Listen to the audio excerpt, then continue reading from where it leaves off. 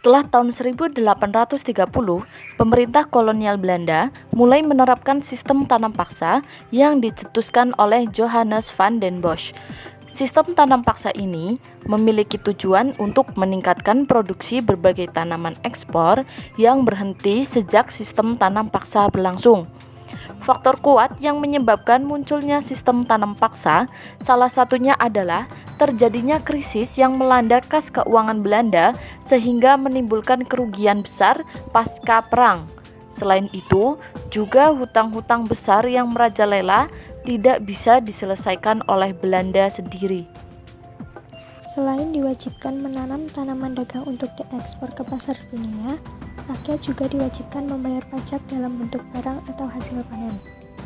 Kebijakan yang diterapkan adalah mewajibkan setiap desa untuk menyisihkan sebagian tanahnya, kurang lebih 20% untuk ditanami komoditi ekspor khususnya kopi dan tebu. Hasil tanaman ini kemudian dijual kepada pemerintah kolonial dengan harga yang sudah ditentukan. Oleh karena itu, rakyat merasa sengsara dengan kebijakan ini. Dalam pelaksanaan sistem tanam paksa, terdapat ketentuan pokok yang termuat di dalam Staatsblad atau Lembaran Negara tahun 1834 nomor 22. Isi dari Staatsblad tahun 1834 nomor 22 adalah 1. Persetujuan-persetujuan akan diadakan dengan penduduk di mana mereka menyediakan sebagian tanah milik mereka untuk penanaman tanaman dagangan yang dapat dijual di pasar Eropa.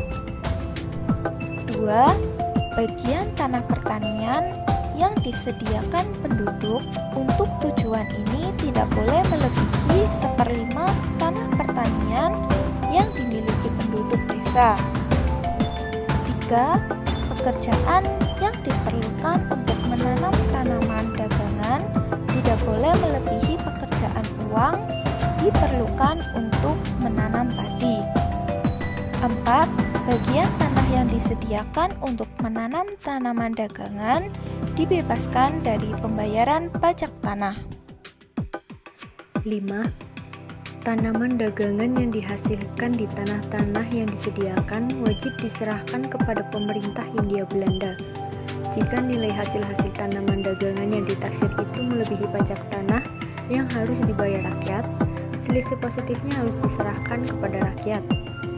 6. Panen tanaman dagangan yang gagal harus dibebankan kepada pemerintah sedikit-sedikitnya jika kegagalan ini tidak disebabkan oleh kurang rajin atau ketekunan dari pihak rakyat. 7. Penduduk desa mengerjakan tanah-tanah mereka di bawah pengawasan kepala-kepala mereka, sedangkan pegawai-pegawai Eropa hanya membatasi diri pada pengawasan apakah membajak tanah, panen, dan pengangkutan tanaman-tanaman berjalan dengan baik dan tepat pada waktunya.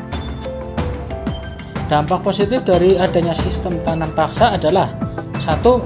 Pengetahuan rakyat pribumi terhadap pertanian menjadi bertambah.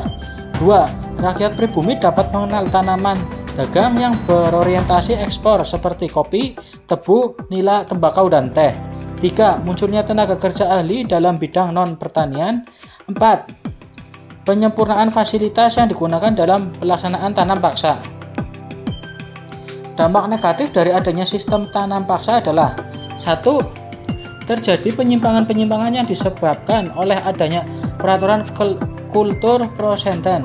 2. Terjadinya kemiskinan serta penderitaan fisik dan mental berkepanjangan serta kematian yang dialami kaum pribumi. 3. Kaum pribumi yang tidak memiliki tanah dipaksa untuk bekerja sangat keras melebihi waktu yang ditentukan. 4. Pajak tanah atau land rent yang dibebankan sangat memberatkan rakyat pribumi.